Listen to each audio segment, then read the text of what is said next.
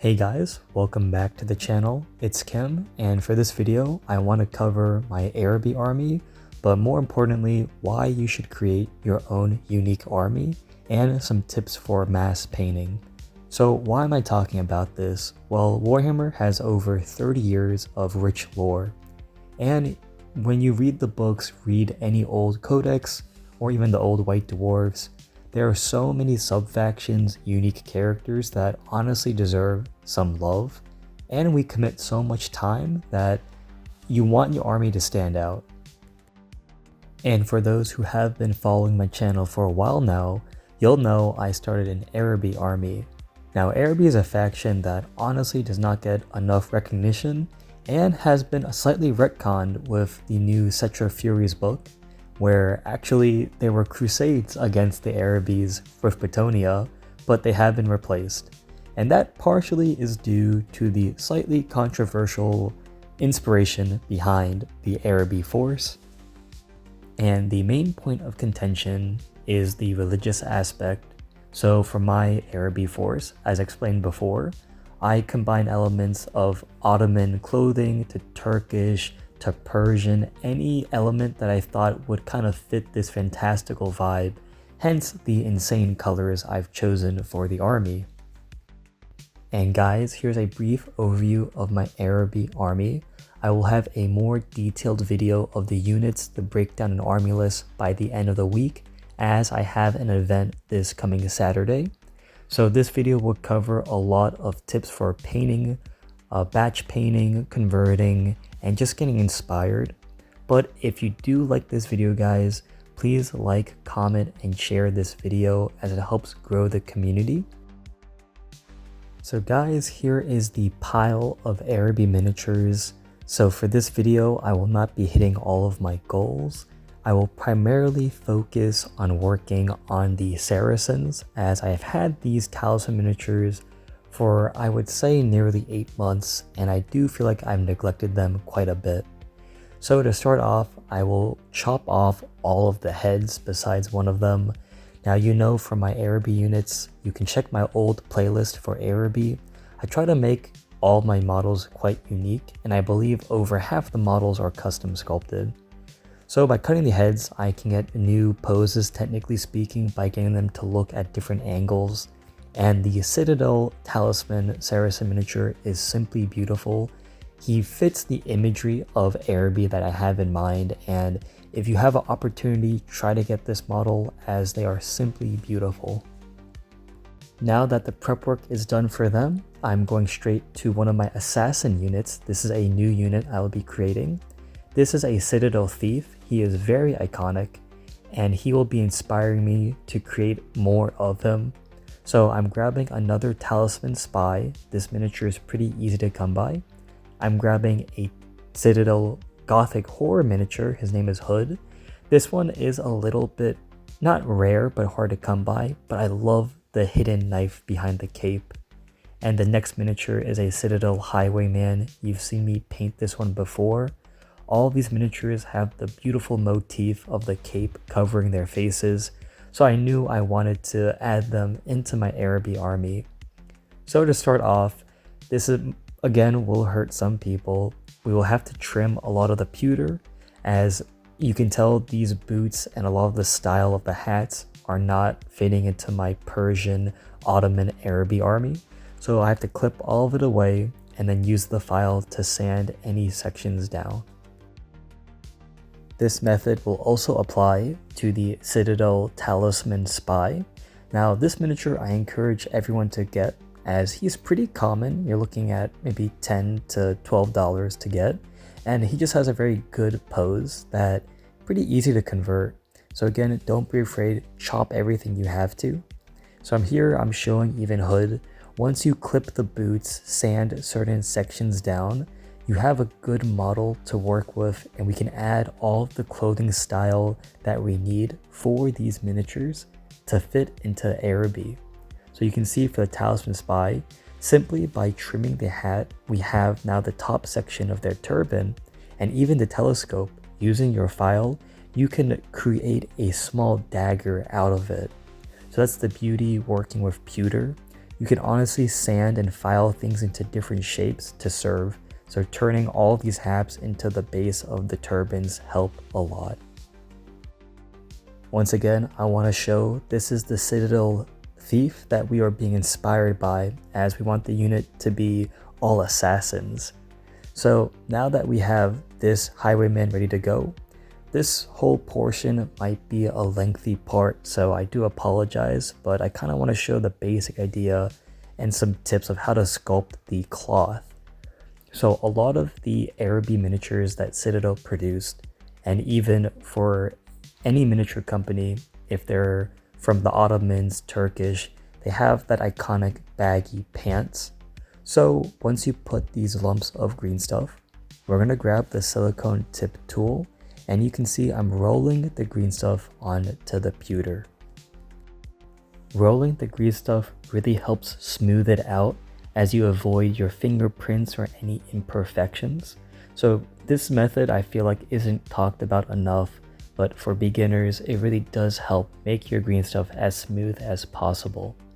But as you can see, I am wrapping the green stuff around the whole leg, as we need everything to be semi-uniform before we add all the crazy folds and different textures. Again, this section will be a little bit lengthy, so please bear with me. As you can see, we have both the legs base ready to go. I will add another small layer of green stuff now, as we still have to create the uniform look throughout the whole pants. So I am covering up his groin section and getting ready to do the knees.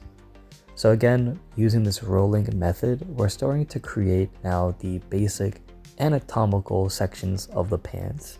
So we always have to create the knee effect, where you can still see the shape of a knee through the pants. So you can see I usually aim to create a U for the knee, as this is like an old hammer style of way of sculpting that I've seen with all these miniatures. And I guess this section, I can't really tell you with 100% confidence how to sculpt these unique baggy pants, but the best tip I can say is you just have to create a lot of unique folds. It just gives the impression that there's a lot of air, a lot of fabric, and you can see I'm always using the long side of the silicone tip tool, and sometimes when you make weird indents in the fabric, I'll let these kind of dictate where I want to create the next fold. There's no true planning. You just have to continuously roll your silicone tip tool in the green stuff. If you see a section that could be more defined, I will drag the tool through it to create a more pronounced fold.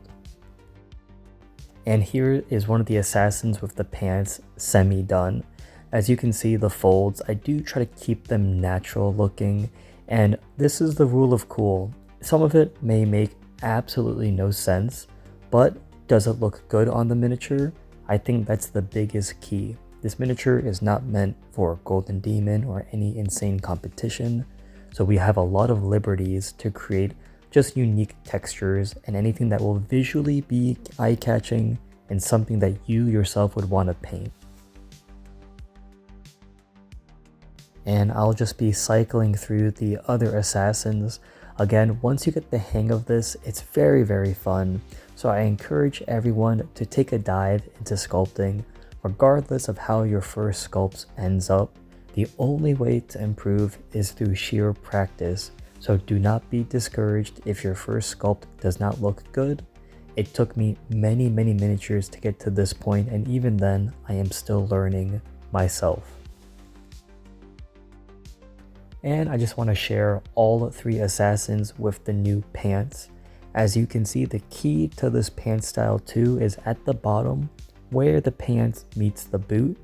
You have to create almost like a cloud fluffy effect as the fabric is tucked into the boots, and I'm very pleased with it. Again, take a shot at it and you have a lot of fun with it.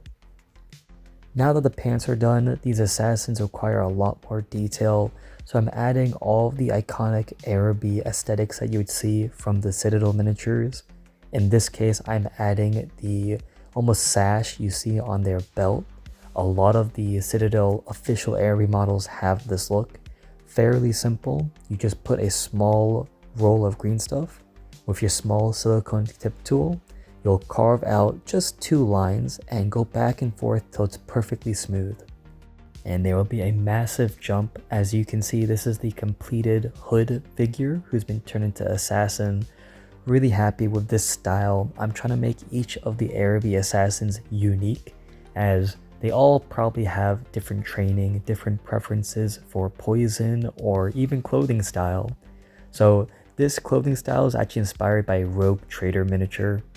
This one was the Highwayman, and I went for more of the classical turban look, and you can see these Citadel miniatures have so much potential. So if you have some old Hammer miniatures that don't quite fit into your army, you can always convert them and retroactively fit them into your current army. Now the Talisman Spy is a conversion I'm very proud of. This was a miniature that I was never fond of, as he was quite not the most well sculpted miniature, but just minor tweaks, adding the face mask, the turban, making the telescope knife thing. He looks fantastic. Here is a family video of the assassins. So I do plan to make this unit potentially 8-man strong. It is actually 5, as I do have my first assassin with the monkey on the shoulder, but you can see they are all inspired by the original thief. Now back to the Saracen soldiers. This one I didn't really sculpt a tutorial, as I believe I showcased it early on in my Araby, but you can see I had to resculpt half the face and the whole head cloth, as the whole head changed positions. I'm very blessed. I own 13 of these hard to come by miniatures. That's why I had to convert a lot of the heads, or they would all be looking in one direction, and I think I would get too tired of painting that, but overall, very pleased. Now my first tip for the painting process is have all the paints you want in front of you, so you don't have to fight and figure out what you need next. You'll visually see what highlight comes right after the next one. And the second tip that I really want to stress the most, have realistic expectations. I know I've said this before in a previous video, but we do have limited time in this hobby, and know what you're trying to achieve. It is better for you to paint a tabletop standard paint job and be happy throughout the whole process, over trying to paint a very complicated paint job that halfway through you feel discouraged. So have the paint job you want in mind, and whatever you like, stick to it. Now on to the painting for this video. The first step is the base coat method. Now when I batch paint, the base coat method is the most draining and the most discouraging, but I can assure you it's the most efficient and effective way to get the models done. Now the only advice I have for you is to stay motivated, play music you like, and have something you like, maybe a YouTube channel playing in the background too. This step probably took the most, I think, a full day of constant base coating, but once the base coats are done, the highlighting section is the most rewarding. And you can see all the models have been base coated. It is a lot of work, but again, the fact that we got all of them done to this stage means I don't have to go back and tinker around with it. I can just jump straight into the shades, into the highlights, and I will be honest, you do not see all the models done in this video. I will have a varnishing video coming up with a freehand video as well, so I'll go into details further in those videos. Now we move on to the shades. So I have my dark tone and my Caradress green. Now I'll be very blunt. This painting method is one that I really don't use in my current paint jobs, but because I have to match my old Araby, I have no choice but to truck on with this method. As you can see, this step is the fastest. It probably took me 30 minutes to get the shade on all of the miniatures on the table. And now my favorite part of painting is pure highlighting. Now, unfortunately, I stopped recording all the highlighting as it was very very extensive and it took 2 full days. But you can see I got all of the non-metallic done, all of the yellow done on the Saracens, and they're ready for the varnish. And now I want to present all 10 miniatures. I did not include one of them as you saw throughout this video. And in fact, there are a couple models that still had to be touched up. So I will make future videos this week before the event. But I do want to showcase, it was such a journey to paint 10 full models for the Araby. These paint jobs are very time consuming as they have so many vibrant colors that require 3 to 5 highlights, and with the non-metallic it just adds another layer of effort. Now you can see there's a lack of freehand. I will be making a whole tutorial video this week just covering that. And there you guys have it. Expect the next couple of videos to be covering my Araby Army as I have an event this coming weekend. I do hope you found some helpful tips or found some motivation / inspiration to try something new for your army. Thanks again, guys.